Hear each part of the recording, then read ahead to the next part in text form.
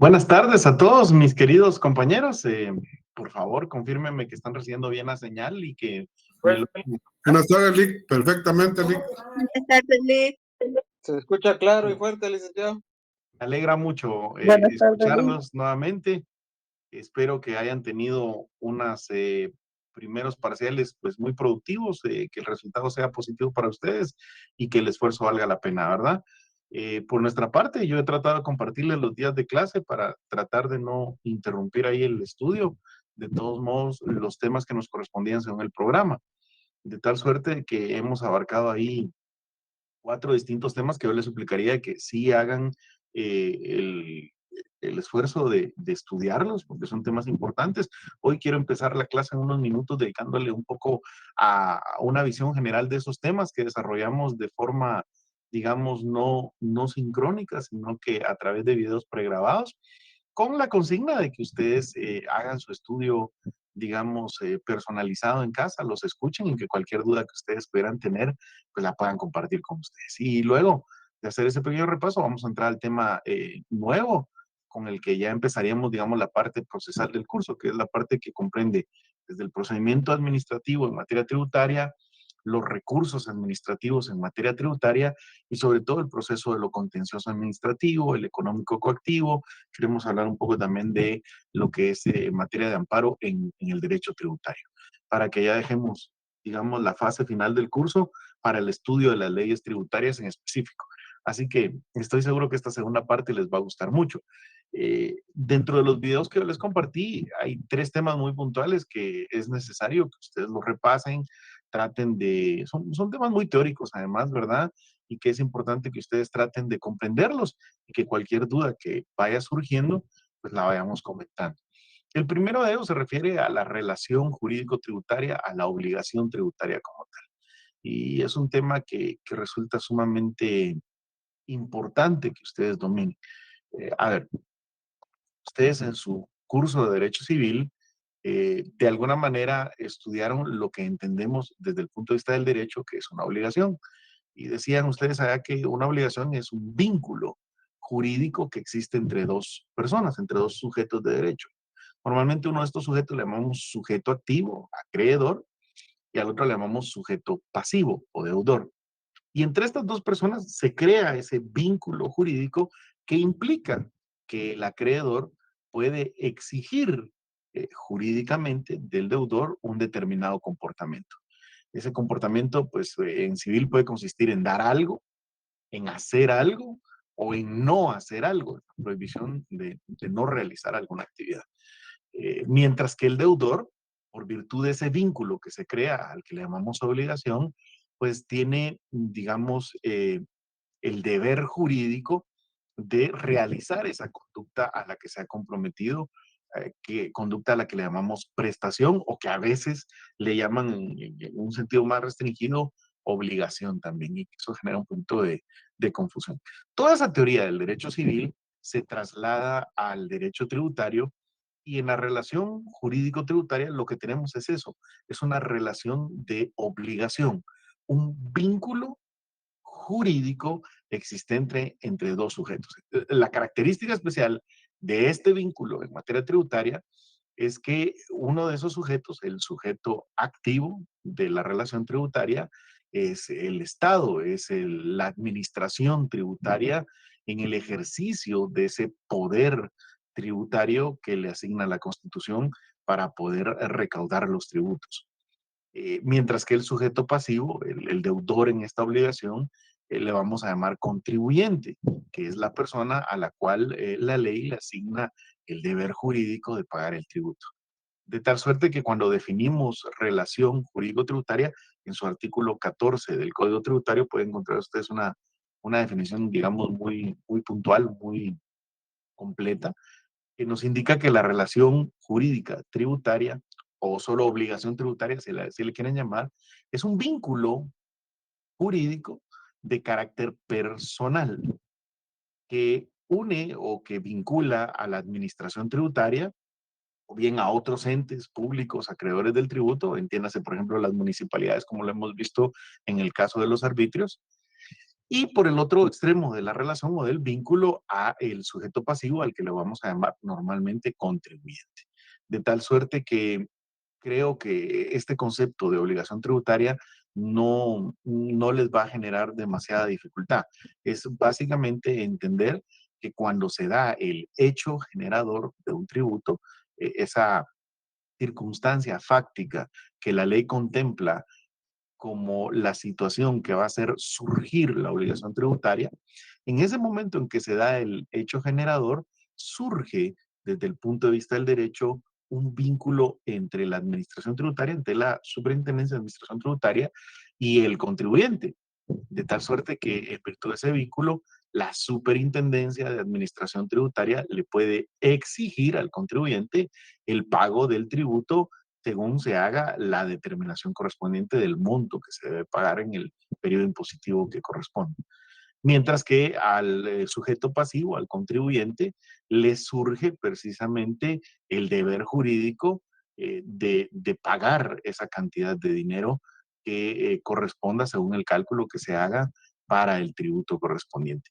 Y esa vinculación, esa relación, esa obligación que surge entre ellos los mantiene unidos hasta que se dé una circunstancia que extinga la obligación tributaria, que precisamente es el segundo tema que nos ocupa en los videos que yo les he compartido. Cuando hablamos de la extinción de la obligación tributaria, nos referimos a los modos o a los sistemas que establece nuestro código tributario en virtud de los cuales ese vínculo que existe entre la administración tributaria y el contribuyente termina. Y aquí normalmente lo dividimos en dos grandes categorías, mis amigos. Está, digamos, la forma normal de extinguir una obligación tributaria, que es a través del pago, que precisamente se refiere al cumplimiento que el deudor hace en la forma, en la cantidad, en el monto y en el tiempo que la ley establece. Cuando ha surgido una obligación tributaria, el contribuyente determina cuánto es el monto que puede pagar. Vamos a ver que esa determinación la puede hacer él voluntariamente presentando una declaración de impuestos. O en algunos casos la misma administración tributaria es la que determina cuánto es el monto que se tiene que pagar. Y en el momento en que ha sido determinado el monto de la obligación tributaria, el deudor voluntariamente decide pagar lo que le corresponde. Claro, ese voluntariamente habrá que ponerlo entre comillas, porque ya lo he dicho en otras clases, en realidad el pago de tributos no es algo agradable, no es algo que, vaya, que nos guste hacer, aunque sepamos que es parte de nuestras obligaciones como ciudadanos, aunque sepamos que tenemos la obligación como guatemaltecos de contribuir al gasto público y aunque sepamos que esos recursos que estamos pagando serán precisamente los que se utilizarán para la financiación de la prestación de los servicios públicos y de ahí su gran importancia. Aún sabiendo todo esto, pues no es algo que uno, digamos, que lo haga a gusto, pero cuando decimos que es un pago voluntario significa que la administración no necesita compelir o exigir ante los tribunales que el deudor, que el contribuyente pague, sino que éste, al haber determinado su obligación, pues decide realizar el pago. Y en el momento en que hace efectivo el pago, la obligación tributaria se extingue. Esa obligación, ese vínculo que había surgido entre ellos en virtud del hecho generado. Claro, nuestro código tributario también contempla otras formas en las que se puede extinguir la obligación tributaria. Y yo les pediría que le pongan mucha atención a esas cuatro formas que contempla nuestro código, especialmente, mis amigos, al tema de la prescripción porque para serles muy honestos, creo que muchos de los casos que ustedes pudieran llegar a tener en materia tributaria, o al menos los primeros casos que a uno se le presentan en materia tributaria, quizás la mejor defensa o muchas veces la única defensa que tiene el contribuyente cuando es nuestro cliente es alegar la prescripción. Así que pónganle mucho énfasis al estudio de la prescripción como una forma excepcional, como una forma, digamos, eh, anormal determinar la obligación tributaria de extinguir la relación jurídico-tributaria. En la prescripción lo que ocurre es que surge la obligación tributaria, el contribuyente tiene efectivamente la obligación de pagar el tributo, pero no lo paga voluntariamente. En el momento en que el contribuyente no paga voluntariamente, digamos que la administración tributaria tiene la potestad de demandarlo de exigirle el pago de ese tributo ante un tribunal. Vamos a ver nosotros, ya determinada la obligación tributaria, firme la resolución que la determina, pues la administración, si el contribuyente no paga, podrá iniciar un económico coactivo para su cobro. No obstante, esa potestad que tiene la administración no siempre la ejercita. Hay muchas veces que la administración tributaria, pues el contribuyente está determinado cuánto es lo que tiene que pagar y simple y sencillamente no le cobra, no promueve el proceso para cobrarle.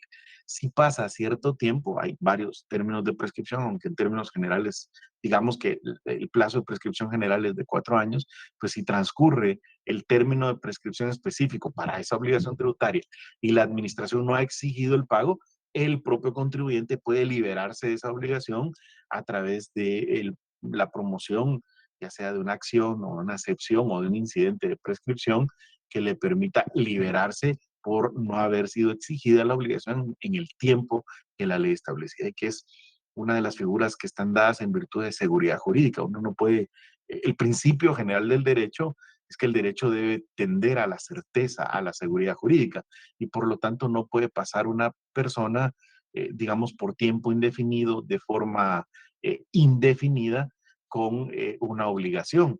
Tiene que tener algún límite el tiempo que el acreedor tenga para poder exigirnos el pago de una obligación.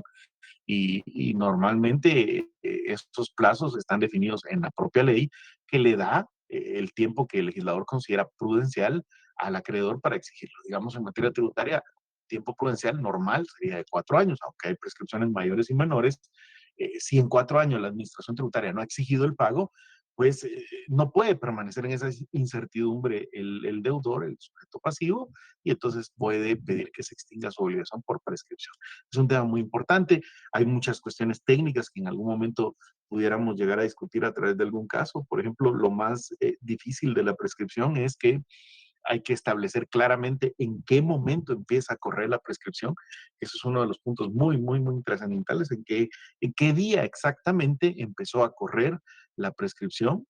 Hay que establecer también que durante el transcurso de la prescripción hay circunstancias que interrumpen la prescripción y que evitan que siga, digamos, transcurriendo.